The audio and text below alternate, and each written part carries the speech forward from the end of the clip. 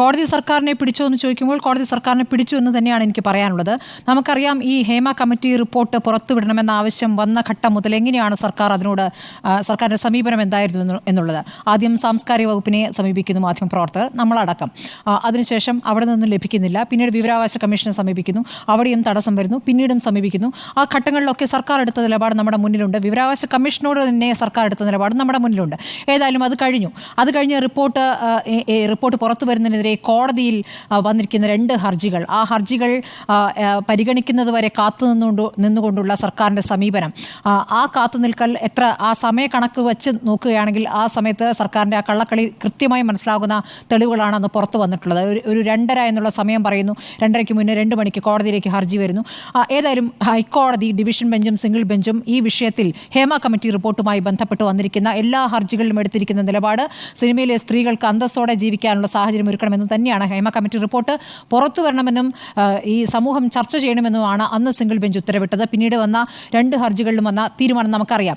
ഇന്നിപ്പോൾ അവസാനത്തെ കാര്യം, ഇതിപ്പോൾ കഴിഞ്ഞ കുറച്ച് ദിവസങ്ങളായി നമ്മൾ ചർച്ച ചെയ്യുന്ന കാര്യമാണ്. ഹേമ കമ്മിറ്റി റിപ്പോർട്ട് പുറത്തു വന്ന ശേഷം എന്താണ് സർക്കാർ എടുക്കാൻ പോകുന്ന നിലപാട്? സർക്കാർ കേസ് എടുക്കേണ്ടേ? സർക്കാരിൻ്റെ മുന്നിൽ വളരെ ശക്തമായ തെളിവുകൾ വന്ന് നിൽക്കുമ്പോൾ എന്താണ് സർക്കാർ മടിച്ചു നിൽക്കുന്നതെന്ന ചോദ്യം ചോദിക്കുമ്പോൾ മന്ത്രി സജി ചെറിയാൻ പറഞ്ഞ പ്രതികരണം നമ്മുടെ മുന്നിലുണ്ട്. ഇന്ന് പറഞ്ഞതല്ല, കഴിഞ്ഞ ദിവസം പറഞ്ഞത്. റിപ്പോർട്ട് രഹസ്യമായി സൂക്ഷിക്കണമെന്ന് ജസ്റ്റിസ് ഹേമ ആവശ്യപ്പെട്ടതിൻ്റെ അടിസ്ഥാനത്തിൽ സർക്കാർ മാന്യത കാണിക്കുകയാണ്. ആരോട്? പുറത്തുവിടാത്ത രഹസ്യ വിഭാഗങ്ങളിൽ നടപടിയെടുക്കേണ്ടതുണ്ടെങ്കിൽ അത് കോടതി പറയട്ടെ. സ്ത്രീകൾക്ക് ദോഷകരമായ കാര്യമുണ്ടെങ്കിൽ പരാതി നൽകാം. ആർക്ക്?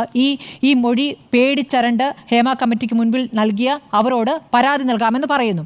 അവർക്ക് കോടതിയെ സമീപിക്കാം. തൻ്റെ കാലത്തോ AK ബാലൻ മന്ത്രിയായിരുന്നപ്പോഴോ സിനിമാ രംഗത്തുള്ള ഒരു വനിതയിൽ നിന്നും പരാതി ലഭിച്ചിട്ടില്ല. അതൊരു വലിയ സംഭവമായി മന്ത്രി അവതരിപ്പിക്കുകയാണ്. ഇനി മുൻ സാംസ്കാരിക മന്ത്രി പറയുന്നതോ സ്വമേധയാ കേസെടുക്കാൻ ആകില്ല എന്നാണ്. പക്ഷേ അങ്ങനെയല്ല എന്ന് നമ്മുടെ മുന്നിൽ തന്നെ നിയമവിദഗ്ധർ പറഞ്ഞിട്ടുള്ളതാണ്. സർക്കാരിനും അത് ബോധ്യമുള്ളതാണ്. അപ്പോൾ സർക്കാർ ഈ കാര്യത്തിൽ ഞങ്ങളിതാ സ്വമേധയാ ഒന്നും ചെയ്യുന്നില്ല, ഞങ്ങൾക്ക് മേൽ കോടതി പറയുന്നത് കൊണ്ട് ഞങ്ങളിത് ചെയ്യുകയാണ് എന്ന് ഈ പറയുന്ന ഇതിൽ പ്രതിപട്ടികയിൽ ചേർക്കപ്പെടുന്ന അല്ലെങ്കിൽ വേട്ടക്കാരെന്ന് നമ്മൾ സംശയിക്കുന്നവർക്ക് ഒരു ഉറപ്പ് നൽകുകയാണോ എന്ന് സംശയിച്ചാൽ കുറ്റം പറയാൻ പറ്റില്ല. അപ്പോൾ സർക്കാരിന് സ്വന്തം നിലയ്ക്ക് ഇക്കാര്യത്തിലൊരു നിലപാടില്ല. സർക്കാർ ആവർത്തിച്ച് പറഞ്ഞുകൊണ്ടിരിക്കുന്നത്, സർക്കാരായാലും ഭരണപക്ഷമായാലും ആവർത്തിച്ച് പറഞ്ഞുകൊണ്ടിരിക്കുന്നത്, ഇങ്ങനെ രാജ്യത്ത് തന്നെയുള്ള ആദ്യത്തെ ഒരു കമ്മിറ്റി, ഇങ്ങനെ ഒരു കമ്മിറ്റി ഉണ്ടാക്കിയല്ലോ. ആ കമ്മിറ്റിയിലേക്ക് എങ്ങനെയാണ് വന്നത്? WCC എന്ന സംഘടന രൂപീകരിക്കുന്നു. അതും രാജ്യത്ത് ആദ്യമാണല്ലോ. WCC എന്ന സംഘടന വരുന്നു. ആ സംഘടനയുടെ ആവശ്യങ്ങൾ മുന്നോട്ട് വച്ചതിൻ്റെ പ്രകാരമാണ് ആ കമ്മിറ്റി ഉണ്ടാകുന്നത്. ഇതിനൊക്കെ ശേഷം മുഖ്യമന്ത്രി കഴിഞ്ഞ ദിവസം വാർത്താസമ്മേളനത്തിൽ ഇരകൾക്ക് വേണമെങ്കിൽ പരാതി നൽകാം എന്ന് പറയുന്ന വാർത്താസമ്മേളനത്തിൽ ഒരു ഘട്ടത്തിൽ പോലും WCC എന്ന വാക്ക് ഉച്ചരിക്കാൻ അദ്ദേഹം തയ്യാറായിട്ടില്ല. പിന്നെ ഇന്ന് സാംസ്കാരിക വകുപ്പ് മന്ത്രി പറഞ്ഞത് എന്താണ്? ഒരു കോൺക്ലേവ് നടത്തുന്നത്. കോൺക്ലേവ് ഇരകളും വേട്ടക്കാരും തമ്മിലുള്ള ഒരു ഒത്തുതീർപ്പ് ചർച്ചയാക്കാനാണോ ആലോചന എന്ന ചോദ്യം വരുമ്പോൾ അദ്ദേഹം പറഞ്ഞു, അങ്ങനെയല്ല, ഹേമ കമ്മിറ്റി ചർച്ച ചെയ്യാനല്ല കോൺക്ലേവ് എന്തിനാണ്?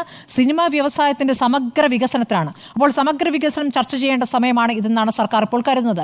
അപ്പോൾ സിനിമാ മേഖലയിലെ എല്ലാവരെയും വിളിച്ചിരുത്തി ഒരു വലിയ ചർച്ച, ഒരു ഉത്സവം, ഒരു ആഘോഷം എന്ന രൂപത്തിലേക്കൊരു ചർച്ച എല്ലാവർക്കും പറയാം, എല്ലാവർക്കും അഭിപ്രായം പറയാം.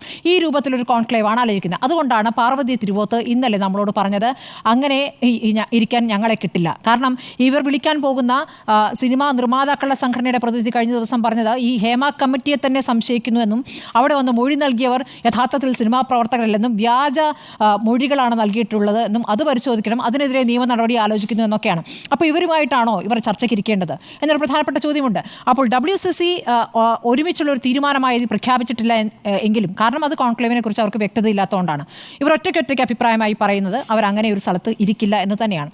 കോടതി ഇന്ന് വളരെ കൃത്യമായി പറയുമ്പോൾ, കോടതിയുടെ വാചകങ്ങളൊക്കെ ഇപ്പോൾ ഉണ്ണി ബാലകൃഷ്ണൻ വായിച്ചുകൊണ്ട് ഞാൻ വായിക്കുന്നില്ല, പക്ഷേ അങ്ങനെ കോടതി പറഞ്ഞിരിക്കുന്ന പശ്ചാത്തലത്തിൽ എന്തായാലും മുഴുവൻ റിപ്പോർട്ട്, അതായത് നമ്മൾ കാണാത്ത പേജുകളടക്കം കോടതിയുടെ മുന്നിലേക്ക് വരികയാണ്. അതിലപ്പുറം ഇപ്പോൾ ലോക്കറിൽ സൂക്ഷിച്ചിരിക്കുന്ന തെളിവുകൾ നോക്കൂ. ഒരു വീടിനകത്ത് ഒരു പീഡനം നടക്കുന്നു, അല്ലെങ്കിൽ ഭർത്താവ് ഭാര്യ ഉപദ്രവിക്കുന്നു, ഒരു ശബ്ദം കേട്ടാൽ എവിടെന്നെങ്കിലും ഒരാൾക്ക് ഫോൺ ചെയ്ത് പോലീസിൽ കംപ്ലയിൻറ്റ് കൊടുക്കാം. അപ്പോൾ നിങ്ങളിവിടെ പരാതി എഴുതി തരണമെന്ന് പോലീസ് പറയില്ലല്ലോ, പോലീസ് ആ വീട്ടിലേക്ക് ഇരച്ചെത്തില്ലേ? അപ്പോൾ അങ്ങനെയുള്ളൊരു പരാതി വരുന്ന ഘട്ടത്തിൽ പോലും പോലീസ് പ്രവർത്തിക്കേണ്ടതുണ്ട്. അപ്പോൾ ഇത്രയും തെളിവുകൾ വച്ചിട്ട് സർക്കാർ അനങ്ങുന്നില്ല എന്ന് പറയുമ്പോൾ അതിന് ഒരു തരത്തിലും ന്യായീകരിക്കാൻ പറ്റില്ല. അപ്പോൾ സോളിഡായ എവിഡൻസുകൾ സർക്കാരിൻ്റെ പക്കലുണ്ട്. ഈ എവിഡൻസ് ഒക്കെയാണ് കോടതിയിലേക്ക് പോകാൻ പോകുന്നത്. ഈ കമ്മിറ്റി റിപ്പോർട്ടിൽ പറയുന്നത് പോലെയുള്ള 15 ലോബി, ആ ലോബിയെക്കുറിച്ചുള്ള വിവരങ്ങളും സർക്കാരിന് മുന്നിലേക്ക് എത്തുകയാണ്. അവരുടെ പേര് വിവരങ്ങളടക്കം പുറത്തുവിടണം, അവർക്കെതിരെ കേസ് എടുക്കണോ എന്നടക്കമുള്ള കാര്യങ്ങൾ കോടതി ആലോചിക്കുമെന്നാണ് ഞാൻ മനസ്സിലാക്കുന്നത്. അത്ര ഗുരുതരമായ തെളിവുകളുടെ മേലാണ് സർക്കാർ അടയിരിക്കുന്നത്. സർക്കാർ അതേക്കുറിച്ചൊന്നും പറയുന്നില്ല. ഈ ഹേമ കമ്മിറ്റി പറയുന്നു, ഹേമ കമ്മിറ്റി എന്ന് പറയുമ്പോൾ ഹേമ കമ്മിറ്റി റിപ്പോർട്ട് സമർപ്പിച്ചു കഴിഞ്ഞാൽ, ഒരു ജിയോ പ്രകാരം രൂപീകരിച്ച ഒരു കമ്മിറ്റി റിപ്പോർട്ട് സമർപ്പിച്ചു കഴിഞ്ഞാൽ പിന്നെ കമ്മിറ്റിയില്ല, കമ്മിറ്റിക്ക് യാതൊരു അധികാരങ്ങളുമില്ല.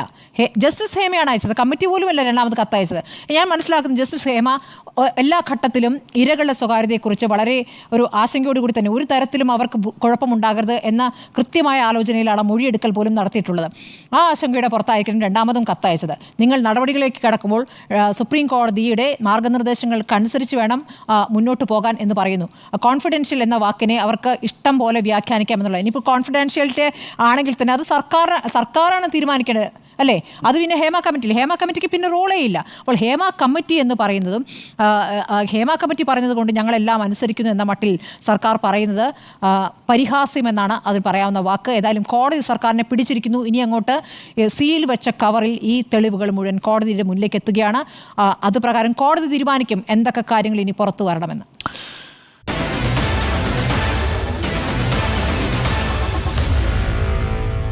Meet the editors.